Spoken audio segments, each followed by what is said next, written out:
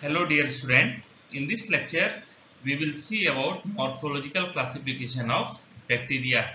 As discussed in the last class, we have already seen the difference between prokaryotic cells and eukaryotic cells, and we all know that bacteria come under prokaryotic cells. So here in this lecture we will see how the bacteria are classified based on their shape. So coming to the introduction, we all know that bacteria forms a large group of unicellular prokaryotics that do not contain a nucleus and either membrane bound organelles. This is the typical characteristics of a prokaryotic cell. The bacteria was first observed by Leeuwenhoek in 1676 and he called it as animalcules. Coming to the size of bacteria, the size of bacteria varies, but as a rule, the size of bacteria or prokaryotic cells are 1/10 less than eukaryotic cells, and the size of bacteria usually ranges from zero point 0.5 to 5 micrometer in length. The medically important bacteria generally measures of around 2 to 15 micrometers in diameter and 3 to 5 micrometers in length. Among the smallest bacteria are the members of genus Mycoplasma, which measures only 0.3 micrometers. Coming to the morphological classification means according to their morphology, the bacteria are classified into three.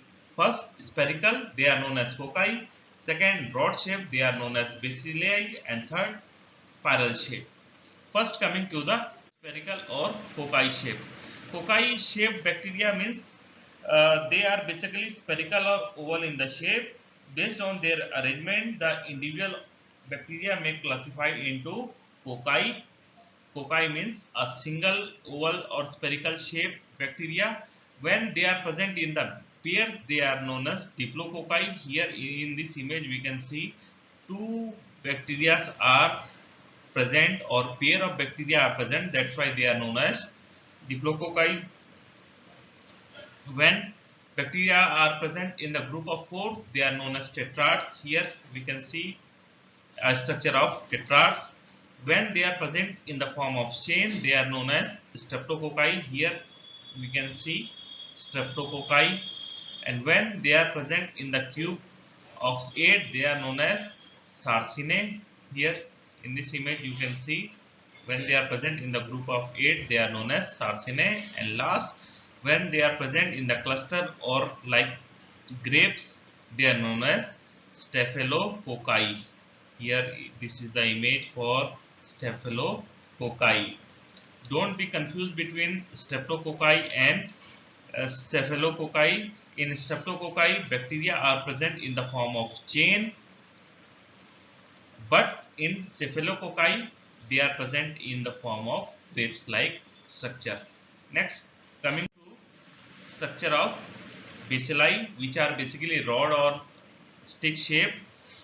When single bacteria is present, they are known as bacillum or monobacilli. When this is the example of image of single bacillus. When they are present more than one, that means in the pair, they are known as diplobacilli.